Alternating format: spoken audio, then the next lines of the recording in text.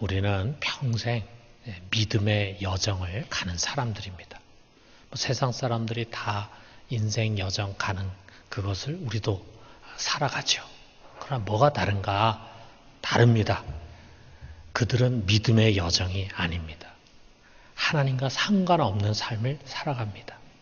그러나 우리의 삶은 믿음의 여정입니다. 인생 속에서 수많은 일들과 다양한 상황이 벌어지지만 그것에서 우리는 이 믿음이라고 하는 것을 놓고 씨름을 하는 것입니다. 어떨 때는 믿음이 충만하고 가득 차 있어요. 모든 일이 다 잘 되어 가고 있고 또 잘 될 것을 믿고 있고 아무 문제가 없다고 이런 것들을 다 능히 헤쳐나갈 수 있다는 확신을 갖습니다. 그러다가 어떤 때는 그 믿음이 곤두박질 칩니다. 정말 저 깊은 바닥으로 내려가서 믿음이 하나도 없다는 생각이 드는 거예요. 내가 당면한 문제 앞에 부들부들 떨고 있습니다. 하나님이 이 문제에 개입하고 있다는 생각을 갖지를 못해요. 아무것도 된 것이 없고 또 안 될 것 같고 헝클어지고 망할 것 같은 그런 두려움이 찾아옵니다. 그런데 그렇게 믿음이 하나도 없다고 생각하는 가운데서 참 신기하게도 우리의 가장 밑바닥에 믿음이 살아있음을 또 보게 됩니다. 우리의 생각 저 심연 깊은 곳에 심겨진 십자가 사랑에 대한 믿음, 부활에 대한 믿음, 천국에 대한 믿음, 이거는 없어지지 않습니다. 그래서 때가 되면 그 믿음이 다시 살아 올라와 가지고 우리를 일으켜 세웁니다. 마치 활화산 밑에 조용히 흐르던 용암이 확 솟아올라 가지고 분출이 되는 것처럼 그 구원의 믿음이 다시금 우리로 하여금 희망의 눈을 갖고 그리고 긍정의 눈을 갖고 우리 현실을 돌아보게 해주는 거예요. 아브라함은 그런 믿음의 여정을 먼저 간 믿음의 선배입니다. 그 역시 전혀 요동하지 않는 기계나 로봇 같은 그런 사람이 아니었어요. 우리가 신약에 아브라함을 많이 이제 인용하는 것이 로마서와 또 히브리서인데 바울은 이 로마서에서 아브라함의 믿음을 이렇게 표현합니다. 4장 19절에서 21절에 보니까 그가 100세나 되어 자기 몸이 죽은 것 같고 사라의 태가 죽은 것 같음을 알고도 믿음이 약하여지지 아니하고 믿음이 없어 하나님의 약속을 의심하지 않고 믿음으로 견고하여져서 하나님께 영광 돌리며 약속하신 것을 또한 능히 이루실 줄을 확신하였으니. 그랬어요. 정말 퍼펙트죠, 퍼펙트. 뭐 개괄적으로는 맞는 이야기죠. 그렇지만 창세기는요, 그 디테일한 부분에서 아브라함의 연약함을 가감없이 우리에게 전해주고 있습니다. 그는 의심하기도 하고 때로는 포기하기도 했습니다. 우리는 이 아브라함이 우리에게 보여주는 큰 믿음, 견고한 믿음에 박수갈채를 보냅니다. 그렇지만 또 그가 겪은 이 믿음의 실패와 연약함에서 우리는 큰 위로를 받아요. 아브라함도 저렇게 흔들릴 때가 있었구나. 아브라함도 저렇게 의심할 때가 있었구나. 오히려 그것이 우리들에게 위로가 돼. 그리고 그런 아브라함을 변함없이 붙드시는 하나님의 은혜에 우리는 큰 용기를 갖게 됩니다. 아브라함 우리가 지난 시간에 나눈 것처럼 조카 롯을 구하기 위해서 열왕들의 전쟁에 뛰어들은 아주 용맹스러운 사람이죠. 그리고 승리의 주역이 됐습니다. 그 뒤에 소돔 왕이 주려고 했던 어마어마한 전리품을 단호히 거절한 아주 의로운 사람이었어요. 그런 그를 하나님 기뻐하시고 나타나가지고 칭찬해 주십니다. 1절에 보니까 아브라함아 두려워하지 말라. 나는 네 방패요 너의 지극히 큰 상급이니라. 하나님의 그 칭찬이 담겨 있는 거죠. 참 잘했다. 너는 나의 신실한 종이구나. 내가 네 방패가 되고 너의 재산이 되어주마. 이렇게 말씀하는 거예요. 자, 그런데 이런 고무적인 칭찬의 말씀을 듣는 아브라함의 반응이 아주 시큰둥합니다. 2절에 보니까 아브라함이 이르되 주 여호와여 무엇을 내게 주시려 하나이까 나는 자식이 없사오니 나의 상속자는 이 다메섹 사람 엘리에셀이니이다. 그런 전쟁에서 이겼습니다. 그리고 하나님의 칭찬도 받았습니다. 그러나 아브라함 지금 의기소침해 있어요. 그 말에 담긴 뉘앙스가 이런 거예요. 하나님, 저에게 주시려고 하는 게 뭔데요? 주시면 뭐합니까? 자식도 없는데 주셔봐야 그걸 상속받을 인간은 저 종 엘리에셀입니다. 지금 아브라함이 대략 80세 중반에 들어가고 있습니다. 그런데 이 아브라함이 여전히 아들이 없어요. 모든 것을 다 가진 것 같은데 그 대를 이을 아들이 없어요. 아들이 없는 것은 모든 것을 다 잃어버린 것과 마찬가지입니다. 고대 사회에서 아들이 없는 것은 기력을 잃은 것이고 미래가 없는 것이고 현재가 부끄러운 것이고 신의 노여움을 사고 있는 것이고 그래서 끊임없이 죄를 기억나게 하는 것이에요. 아들 낳지 못하는 여인은 죄인이라. 우리나라에서도 과거에 칠거지약 중에 하나였습니다. 그는 이 심각한 문제를 끌어안고 오랫동안 살았잖아요. 나이가 80의 중반이 되니까 아마도 30대, 40대부터 아들을 기다렸다면 그는 수십 년 동안 이 문제가 그에게 있어서는 정말 소화되지 않고 여기에 딱 얹혀있는 너무나 힘든 문제였대. 근데 이 문제에 대해서 하나님이 그를 불렀을 때 그는 하나님의 응답에 대해서 기도하고 여기까지 왔습니다. 자, 그런데 현실은 어떻습니까? 그는 이제 노년에 접어들고 있어요. 이미 자기의 상속자를 결정해야 할 그런 나이가 됐어요. 아내 사라는 임신하기 어려운 나이로 들어가고 있습니다. 자, 이러다가 정말 우리가 아들을 얻지 못하는 것이 아닌가 그런 두려움이 찾아오는 거죠. 그의 믿음이 흔들리고 있습니다.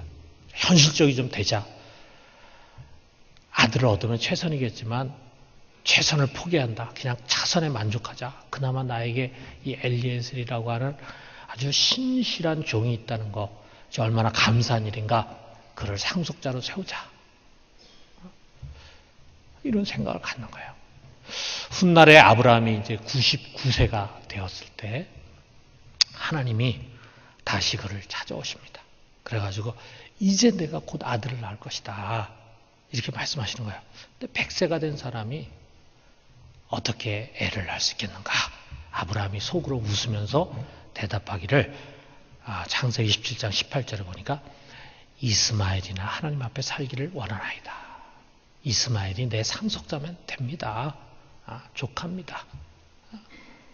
이제 내 부인은 경수도 다 끊어지고 했는데 무슨 아이를 낳을 수 있습니까? 이스마엘이나 잘 되길 원합니다. 자, 이런 말들은 모두 믿음을 잃고 뒤로 물러서는 모습이고 그야말로 자포자기하는 모습이라 이거예요. 자, 그런데 하나님은 어떻게 하는가를 주목해 보십시오. 하나님은 아브라함에게 처음부터 그가 주신 언약을 또 상기시켜 주십니다. 4절에 보니까 그 사람이 네 상속자가 아니라 네 몸에서 날 자가 네 상속자가 되리라. 여러분, 우리는 성경 읽으면서 잘 알고 있어요. 아브라함이 부름을 받고 10년의 세월이 흘렀지만 하나님이 침묵하고 계신 것이 아닙니다. 그가 외면하거나 또는 아브라함이 당면한 이 문제에 무관심한 것도 아닙니다. 하나님의 때가 있어요. 아직 그 때가 아닙니다. 그 때가 이르지 않았을 뿐이에요. 그러나 하나님의 약속은 분명합니다. 네 몸에서 날 자가 네 상속자다. 너는 반드시 아들을 낳을 것이다. 말씀한다 이거예요. 자, 그러면서 하나님 여기서 끝내는 것이 아닙니다. 그 좁은 장막 안에 웅크리고 있는 아브라함을 이끌고 밖으로 나오셨어요.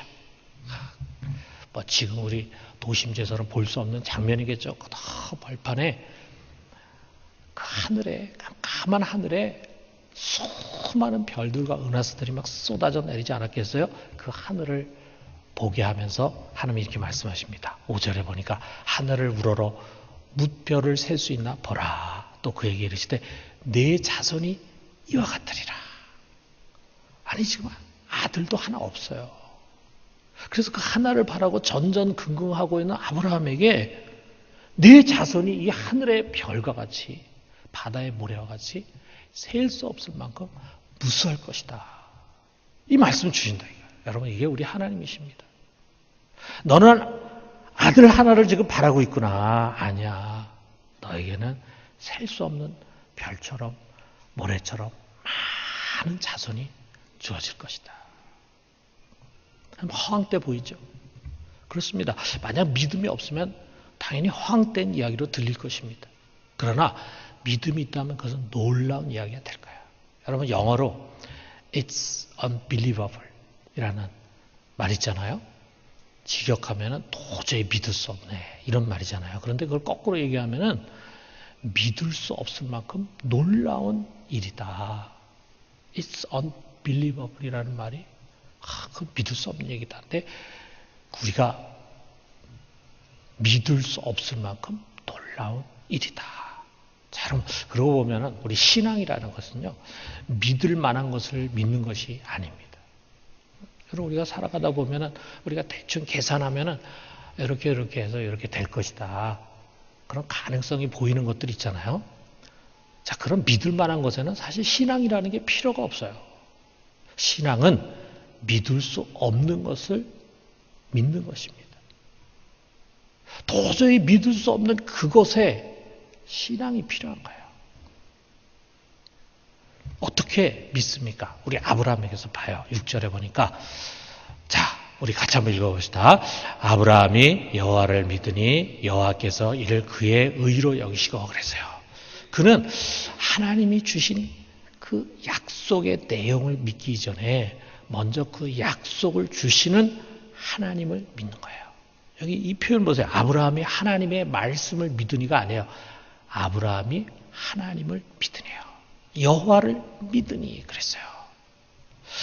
그 하나님의 신실하심을 믿기 때문에 그의 입에서 나오는 모든 언약을 믿게 되는 것입니다. 아직 아들 하나 손에 쥐고 있지 못한 자가 하늘의 별과 같고 바다의 모래 같은 자손을 얻게 될 것이라는 이 어마어마한 약속을 그가 사실로 믿게 되는 거예요. 자, 그러자 그 믿음을 갖게 되자 이제 아들 하나 얻을 것이라고 하는 그 믿음은 아무것도 아닌 일이 되게 되는 거예요. 그렇습니다. 여러분, 우리의 믿음은 바로 이 순서입니다. 만약에 우리가 거꾸로 먼저 우리 자신이나 우리 현실에서 시작한다면 과연 이 일이 이루어질까? 그래, 이것을 믿자! 이렇게 해가지고 하려고 한다면 여러분, 우리의 믿음은 사라져버릴 것입니다. 우리의 믿음은 먼저 하나님을 바라보는 데서 시작합니다. 우리의 믿음의 대상은 지금 우리에게 일어나는 그 현실의 일이 잘 될 것인가 안 될 것인가 그것이 아니고 또 하나님께서 우리에게 주신 그 약속의 내용 그것이 우리의 믿음의 대상이 되기 이전에 먼저 그 약속을 주신 하나님 그 하나님을 우리가 믿는 것입니다. 그 하나님은 어떤 하나님입니까? 그 하나님은 얼마든지 기적을 일으키실 수 있는 전능자임을 믿는 겁니다. 여러분, 성경이 우리에게 가르쳐 주려고 하는 게 그거 아니에요? 여러분, 그는 애굽에 10가지 재앙을 내려서 이스라엘을 바로의 손에서 건지시고 그 다음에 홍해를 열어주신 분이에요. 이걸 기억하는 거예요. 바다에 길을 내시고 그리고 반석에 물을 내는 분임을 기억하는 것입니다. 이처럼 우리는 성경 속에서 그분이 전능하신 분, 이 자연의 이치에 굴레의 제약을 받는 분이 아니라 초자연적인 일을 얼마든지 행할 수 있는 분이라고 하는 것을 말씀을 통해서 배웁니다. 그리고 난 다음에 그 전능하신 하나님이 나하고 어떤 관계가 있는가? 그가 나에게 아들을 내어주신 사랑으로 나에 대한 하나님 아버지의 사랑을 확증해 주셨어요. 내가 너를 이처럼 사랑한다. 이거를 우리에게 말씀해 주셨어요. 그 변치 않는 십자가 사랑을 기억하는 것입니다. 자기 아들을 아끼지 않고 내어주신 그분이 모든 것을 우리에게 주시지 않겠는가? 자기 아들까지 내주셨는데 우리에게 아까워할 것이 무엇이겠는가? 그런 모든 것을 우리에게 주시는 분이시다. 이 분명한 영적인 논리를 주장하는 것입니다. 그러니 이제 여러분과 나의 인생을 책임지는 우리 하나님 아빠, 아버지십니다. 우리가 하나님의 자녀,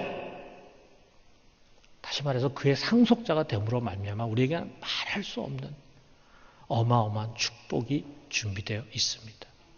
하나님 아버지는 당장 눈앞에 고민되는 문제를 안고 집착하는 우리를 종종 밖으로 끌어내서 하늘을 보게 하실 것입니다. 아주 큰 세계, 아주 무한한 세계가 있어요. 그리고 우리에게 말씀할 거예요. 김 집사야, 내가 그 문제로 고민하고 있구나. 그 문제가 굉장히 큰 문제처럼 보이지? 자, 눈을 들어봐라. 저 쏟아지는 별들을 한번 봐라. 내가 한순간에 말씀으로 만든 것이다. 너는 내가 누군가를 잊지 마라. 너는 조금 더 사는 문제를 가지고 고민하는구나. 내가 네게 주려고 하는 것은 그런 시시한 것이 아니야. 너는 영원히 사는 생명을 얻게 될 것이다. 너는 주인 없이 사라지는 재물을 움켜쥐고 고민하는구나. 내가 네게 줄 것은 그런 시시한 것이 아니야. 너에게는 이 광대한 우주처럼 어마어마한 유산이 준비되어 있다. 그게 다 내 것이 되고 너는 그것을 영원히 누리게 될 거야. 여러분, 이거는 이미 성경 속에 기록된 하나님의 언약입니다. 성령은 이 성경을 통해서 우리들에게 끊임없이 그것을 말씀해 줍니다. 이게 너의 소망이다. 이게 너에게 약속된 일이다. 너는 반드시 이것을 얻게 될 것이다. 너는 반드시 이걸 누리게 될 것이다. 그것은 이 세상에 어떤 것과도 비교할 수 없는 어마어마한 유산이고 축복이다. 우리가 이 말씀에 아멘하는 것이 믿음이라 이거예요. 그리고 이 믿음의 눈을 가지고 이제 내가 지금 처해 있는 문제를 바라보게 되면은요, 이 별게 아니구나. 나에게 이런 어마어마한 일을 행하신 하나님, 나를 이처럼 사랑하시는 하나님, 나에게 이와 같은 엄청난 축복을 약속하신 하나님, 그 하나님이 계실진데 지금 내 눈앞에 펼쳐지고 있는 이 문제가 뭐가 문제가 되겠는가, 이게. 그래서 그런 믿음을 가지고 우리가 보니까 내가 갖고 있는 문제가 아무것도 아니라는 것을 알게 돼 두려움 없이 평안함과 담대함을 갖게 되는 것입니다. 자, 아브라함이 이처럼 하나님 믿었습니다. 하나님 굳게 믿었습니다. 자기가 아들이 지금 하나도 없다는 사실, 나이가 80이 넘어갔다는 사실을 다 내려놓고 이 하나님을 믿었어요. 그랬을 때 하나님이 어떻게 반응하셨습니까? 그를 믿는 믿음을 아브라함의 의로 여기셨다 그랬어요. 그 믿음 때문에 아브라함을 의로운 자로 간주하셨습니다. 자, 우리 인간의 이성으로는 도저히 믿을 수 없는 약속을 받고도 그런 말씀을 하시는 하나님을 아브라함이 무조건 믿으니까 하나님이 대견해 하시면서 그에게 의라고 하는 훈장을 선물로 주신 것입니다. 사랑하는 성도 여러분, 오늘 우리도 이 훈장을 받읍시다. 아직 우리 손에 아무것도 들려주지 않았을지 몰라요. 그렇지만 여러분과 나는 언약의 자녀입니다. 언약의 자녀. 감당할 수 없는 무한한 언약, 황홀한 언약이 우리들에게 남아 있습니다. 하나님 그 언약의 보증으로 성령을 부어주셨어요. 그러므로 여러분, 우리 하나님을 믿읍시다. 그럼 반드시 우리들에게 구원의 길을 열어주실 것입니다. 여러분 이거 믿으십니까? 지금 여러분이 답답해하고 두려워하고 힘들어하는 모든 것들은 때가 되면은 우리도 모르게 눈 녹듯이 다 사라져버릴 것입니다. 왜냐하면 전능하신 하나님이 우리의 아버지이기 때문이에요. 우리 퀘이커 교도가 이렇게 마음을 여는 그런 질문 중에 그런 질문이 있어요. 당신이 지금까지 살아온 인생 속에서 가장 추운 겨울로 생각되는 것은 언제입니까? 네. 여러분은 지금까지 살아오면서 가장 추운 겨울로 생각되는 때는 언제입니까? 제 인생에 있어서 가장 큰 위기라고 느껴진 시간이 있어요. 전에요. 몇 년 전에 제가 한번 얘기해서 오래되신 분들은 기억할 거예요. 1992년에서 93년 겨울입니다. 저희는 그때 아무 문제 없이 독일에 갈 것이라고 생각을 하고 교회에 사임을 했어요. 저는 이제 교회 임직이 없는 사람이 됐어요. 그리고 우리 짐을 싸가지고 배로 붙였어요. 독일로 붙였습니다. 지금 우리가 이제 살게 될 그 짐이 배를 타고 대서양으로 해가지고 이쪽 인도양으로 해가지고 독일로 가고 있어. 그리고 살던 집에서 이사를 나와가지고 부모님 집으로 잠깐 들어갔어요. 잠깐 거기 있다가 이제 우리는 바로 독일 갈 것이다 이렇게 생각을 했어요. 짐도 다 붙였으니까 짐도 없죠. 필요한 것만 가재도구만 가지고 들어갔었죠. 우리가 지금 생각하면 참 어리석겠습니다. 그런데 당연히 나올 줄 알았던, 단 한 번도 의심하지 않았던 비자가 거절이 됐어요. 그런데 한 번 거절된 비자를 다시 두 번째로 받는 것은 두 배로 더 어려운 일이었어요. 비자를 거절한 이유가 있는데 그 거절한 이유를 우리가 뭔지도 모르거니와 그것을 해소를 우리가 해야 되는데 그렇지 않으면은 반드시 그것은 또 리젝트 되게 돼 있어요. 그런데 비자가 만약 한 번만 더 거절이 되면은 이제 우리는 독일 가는 것을 완전히 접어야 했어요. 자, 지금 독일로 가고 짐이 가고 있는데 그 짐도 다시 되돌려 와야 되고 또 여기서 할 곳을 또 다시 찾아야 돼. 정말 답답한 일이죠. 근데 설상가상으로 저희 아버님이 신장암으로 병원에 입원을 하게 됐습니다. 지금도 그때 생각하면 막 아찔하죠. 모든 것이 막 뒤죽박죽이 되고 그야말로 엄동설한처럼 막 꽁꽁 얼어붙었습니다. 우리는 막 절벽에 선 듯한 느낌이었어요. 절벽에 선 듯한 느낌. 매일매일 살오는 판을 걷는 듯한 그런 느낌이었습니다. 혹시 독일 대사관에서 무슨 연락이 올까? 한편으로는 기다려지고 무슨 연락이 오지 않을까 하면서도 혹시라도 한편으로는 리젝트한 연락이 온다면 이제 그것으로 모든 것이 끝인데 이런 생각이 들었다 이거예요. 정말 앞이 안 보였습니다. 우리가 기도하는 것 외에는 아무것도 우리가 할 수 있는 일이 없었어요. 십자가 외에는 아무것도 확실한 것이 없었습니다. 자, 우리의 인생이 주님의 손안에 있다. 어디로 가게 될지는 모르지만 우리의 인생은 분명히 주님의 손안에 있다. 이런 약속의 말씀을 계속 주장하면서 이제 기도를 하는 겁니다.